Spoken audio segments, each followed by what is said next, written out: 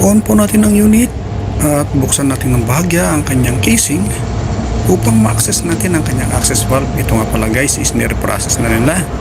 Salamat sa nagre-process dahil meron na siyang access valve, ngunit mali po ang kanyang diagnosis dahil yung ice build-up na frequent daw nangyayari is hindi niya na-solve.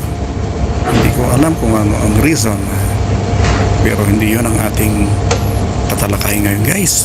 Ang gagawin natin is kung paano siya dagdagan dahil nakikita nyo ito sa aking may tuhod, may dalawang namumuong ice. Ayan. At sabi ng may-ari, nawawala mo na after 5 minutes. Okay, ang ating gauge manifold. Red nga pala ang gamit ko para sa low side dahil ang aking gauge manifold is dalawa ang paggagamitan ko. Ibinilid ko lang yung hangin sa red hose. Usually, dapat blue hose ito. Ngunit ginagamit ko rin sa inverter, kaya red ang gagamitin sa pag-charge ng window type aircon.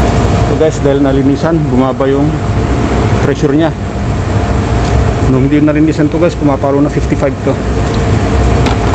Kaya di ko nire-recommend guys na mag-reprocess tayo na marumi ang unit. Ganyan ang mangyayari. At ilagay lang natin guys ang ating yellow hose sa tangke na R22 at i-bleed natin ito para mapala yung kanyang hangin. Ayan, 40 lang karga. Umpisahan na natin mag-charge at buksan natin ang knob ng low side sa ating gate. Yun guys, matutunaw yan. And then, sarado natin.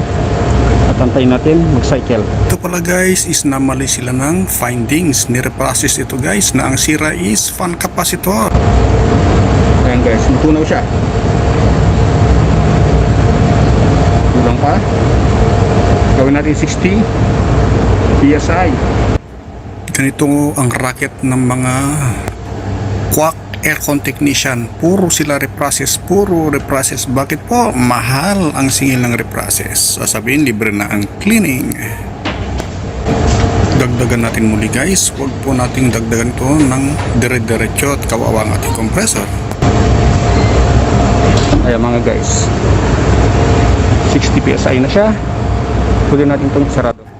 Tandaan po natin, ang pinapump ng ating compressor is vapor, hindi po gas. Huwag tayong tutulad sa iba.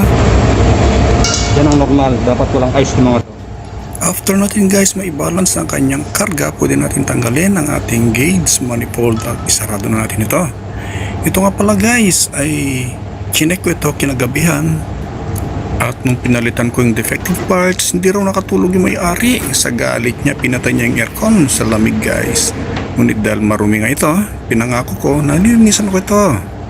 Kung nagustuhan nyo ang aking video, paki-follow po ako sa pamamagitan ng pag-subscribe at pag-click ng notification bell para updated kayo just in case na meron akong bagong upload ng video.